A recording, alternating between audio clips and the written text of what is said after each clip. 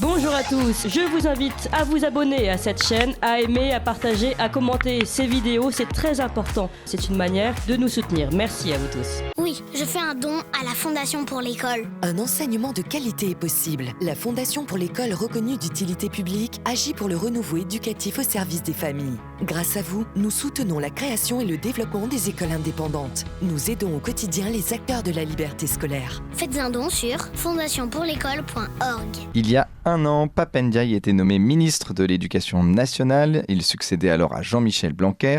Et lors de sa nomination, plusieurs hommes politiques s'étaient offusqués, notamment Julien Aubert qui avait écrit que Pape Ndiaye était le cheval de Troie du gauchisme américain, porteur du wokisme et du racialisme. Marine Le Pen, elle, l'avait décrit comme un indigéniste assumé, tandis qu'Éric Zemmour le qualifiait de déconstructeur. Alors, qui est véritablement Pape Ndiaye ? Quel est son bilan à l'éducation nationale? On en parle ce matin avec Dimitri Casali. Bonjour Dimitri Casali. Bonjour. Alors, vous êtes auteur notamment de l'Anti-manuel d'histoire de France, vous êtes auteur de l'Histoire de l'armée française de la guerre de 100 ans à nos jours aux éditions Ring, de 100 dates de l'histoire de France qui ont fait le monde aux éditions Plomb. Et puis, évidemment, vous êtes chanteur pour Histo-Rock. Vous avez un concert Histo-Rock donc le 30 mai à Chalon-sur-Saône, salle Marcel Samba. Et en septembre, vous sortez ces statues qu'on abat aux éditions Plomb. Alors, je voulais revenir d'abord avec vous sur qui était Pape Ndiaye et d'où venait le ministre de l'Éducation nationale, Monsieur Pape Ndiaye. Moi, j'ai une formule très simple. Pour comprendre qui est Pape Ndiaye, je dirais que c'est l'anti-Léopold Sédar Senghor. Vous voyez, on a des très grands personnalités noires en France. Et Pape Ndiaye, c'est strictement l'opposé. Léopold Sédar Senghor disait que la francophonie, c'est cet humanisme intégral qui se tisse autour de la terre. Et là, nous avons un chantre du modèle anglo-saxon, donc wokiste, de la cancel culture, la culture de l'effacement, et bien sûr anti-universaliste, ce modèle anglo-saxon qui est vraiment communautariste et qui fait le plus grand mal justement au modèle français, qui avait réussi à intégrer justement les personnes de couleur depuis pratiquement 150 ans maintenant. Et donc c'est une remise en cause totale de notre modèle d'intégration et surtout de notre système éducatif qui est vraiment en échec total, ça on peut le dire. Nous sommes maintenant au 27e rang du classement PISA, alors que je le rappelle, dans les années 80, nous étions dans les 3 premiers. Vous vous rendez compte, la chute est catastrophique. Et est-ce que c'est aussi un anti donc Jean-Michel Blanquer, parce que qui lui prônait aussi un universalisme républicain, combattait aussi l'islamo-gauchiste à l'université. Donc est-ce que c'est l'anti, il vient casser le travail de son prédécesseur, oui. Tout à fait. Et, effectivement, Jean-Michel Blanquer avait fait beaucoup d'efforts pour appliquer la laïcité. Il avait fait ce qu'il pouvait, parce que quand même le principal responsable de cette chute, de cette désintégration de l'éducation nationale, c'est avant tout l'éducation nationale, les technocrates de l'éducation nationale. Vous savez, ces fameux pédagogistes, on peut les citer, Philippe Mérieux, Georges Dubé, ça fait 30 ans, 40 ans qu'ils squattent vraiment le ministère de l'Éducation nationale et qui ont mis à bas notre excellence basée sur la méritocratie, sur l'effort individuel. Aujourd'hui, donc, c'est à l'élève de créer son cours, de créer son propre savoir. C'est absolument et bien sûr l'histoire, la défense de l'histoire de France est pratiquement plus apprise. Quand vous pensez qu'en 6e, 52% des élèves ne savent plus lire un texte de 15 lignes, donc comment voulez-vous qu'après on fasse de l'histoire de France pour comprendre la culture française, comprendre les grands personnages français? Il n'y a plus aucune chronologie. Par exemple, les élèves pensent que Jeanne d'Arc vivait à l'époque de Louis XIV. Donc effectivement, tout ce qui permettait de donner de la cohésion culturelle à notre pays, je parlais de Léopold Sédar Senghor tout à l'heure, qui était peut-être un des meilleurs écrivains français, voyez-vous, ils n'arrivent même plus à parler français aujourd'hui. Et justement, donc il y a aussi l'arrivée, vous en avez parlé donc des pédagogistes, mais maintenant il y a le wokisme aussi, l'arrivée de la cancel culture qui est arrivée dans l'éducation nationale par Pap Ndiaye, qui lui a appris ça aux États-Unis. Oui, alors ça c'est quand même, il faut le signaler, parce que Pap Ndiaye, qui dans les interviews n'arrête pas de dire qu'il n'a jamais souffert de racisme en France quand il était jeune, durant sa jeunesse, par faire ses études supérieures, 3e cycle aux États-Unis, et là, au miracle, il découvre le racisme américain, bien sûr, et il plaque les représentations mentales américaines sur l'histoire de France qui n'a strictement aucun rapport. Et donc aujourd'hui, ces wokistes français, ce Black Lives Matter, on peut les citer, il y a des mouvements comme le CRAN, dont il a participé à la fondation. Mais ces fameux pédagogistes, il a nommé Alain Policar au Conseil des sages de la laïcité, il faut le rappeler, c'était une œuvre de Jean-Michel Blanquer qui faisait vraiment ce qu'il pouvait pour dénoncer l'entrisme de l'islam dans les collèges et les lycées. Il faut savoir qu'aujourd'hui, 33% des élèves musulmans pratiquent leur culte à l'intérieur de l'enceinte scolaire, du collège et ou du lycée, c'est-à-dire qu'ils rentrent avec des tapis de prière qu'ils planquent quelque part, et dans les toilettes, ils prient dans l'enceinte de l'établissement scolaire.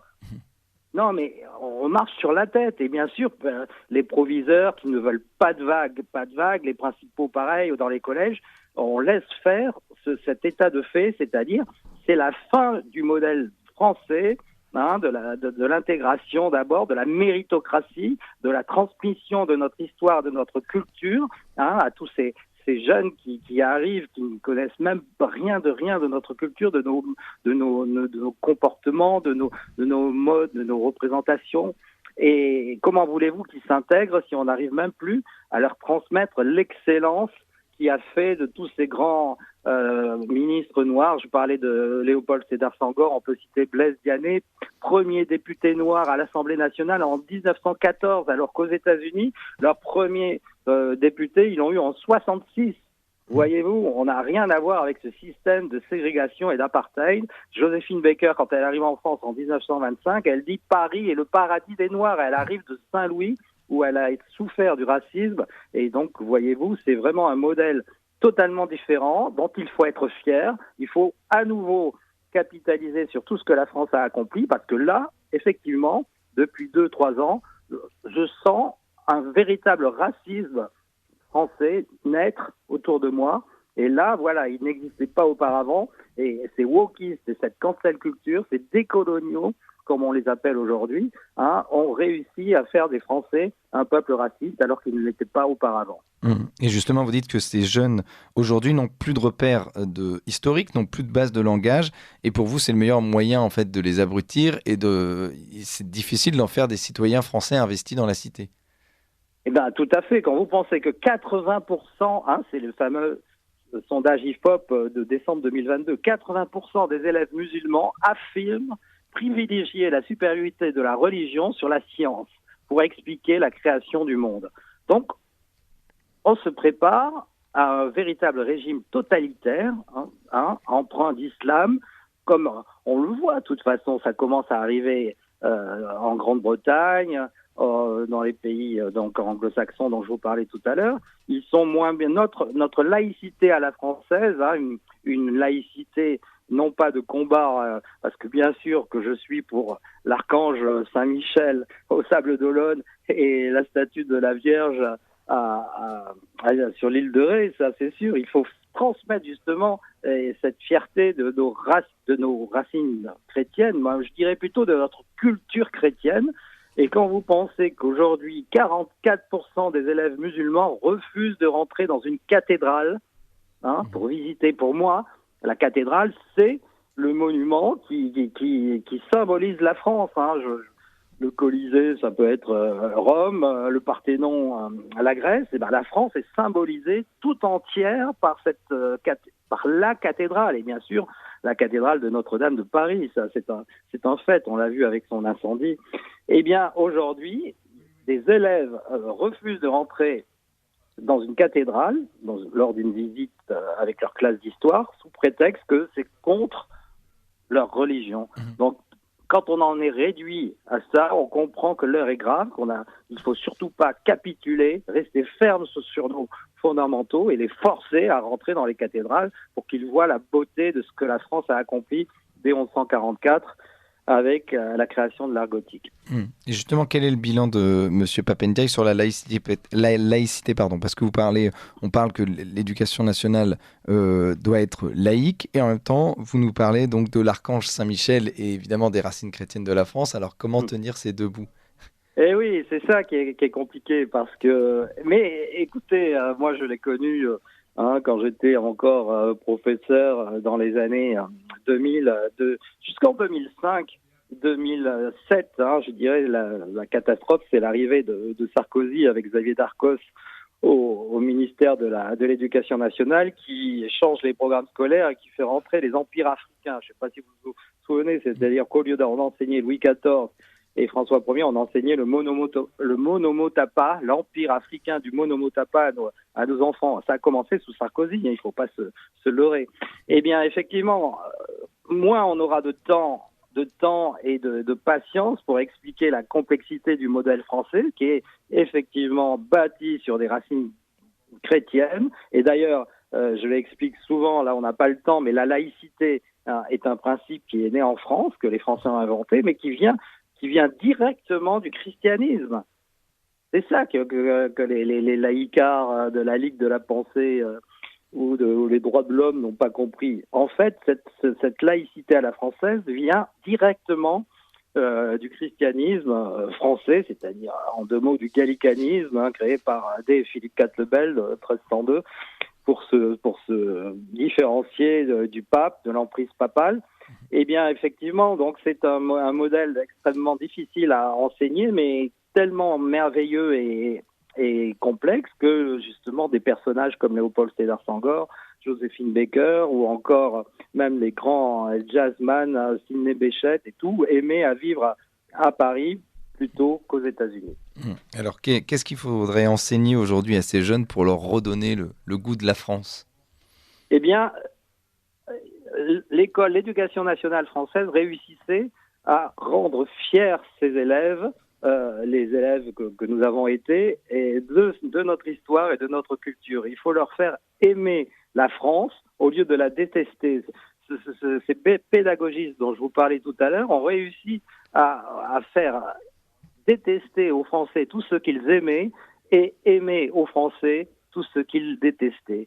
Donc il faut changer cet état de choses et revenir à des fondamentaux, à notre histoire, à notre culture, rendre fiers nos élèves de notre histoire et surtout, donc on peut effectivement, je veux d'insister sur ces personnages de couleur comme Léopold Sédar Senghor, comme François Tchang, comme Blaise Diané, comme l'histoire des tirailleurs sénégalais par exemple, est merveilleuse. Ça n'a rien à voir avec le film d'Omar Sy que j'ai vu, qui m'a complètement horrifié. Je ne comprends pas qu'il règne autant de désinformation sur l'histoire du racisme en France, alors que justement, il y avait de très très belles histoires d'hommes fidèles, et les fameux harkis en sont l'excellence, bien sûr. Jusqu'en 1958, j'adore ce chiffre, la majorité des Algériens, après 4 ans de guerre, voulaient demeurer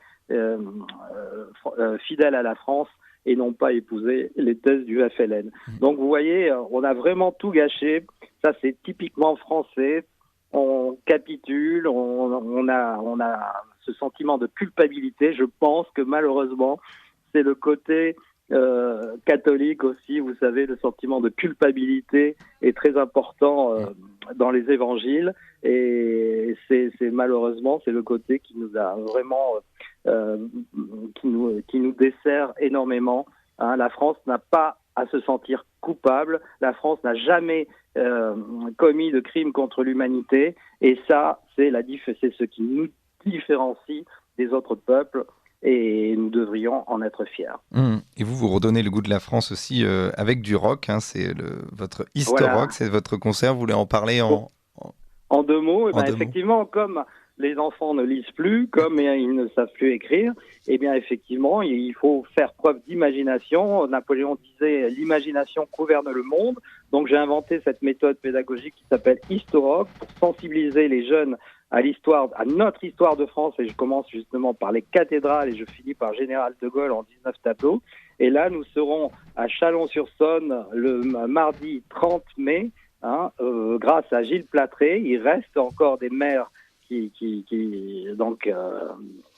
c'est un maire LR, Gilles Platré de Chalon-sur-Saône, qui a beaucoup de courage de nous engager, parce qu'effectivement, nous chantons les cathédrales, Jeanne d'Arc, Saint-Louis, nous sommes fiers des racines chrétiennes, et les enfants qui sont souvent, qui assistent à ce spectacle, la majorité immigrée, découvrent une histoire de France qu'ils ignoraient totalement, et la plupart du temps, ils en ressortent totalement conquis.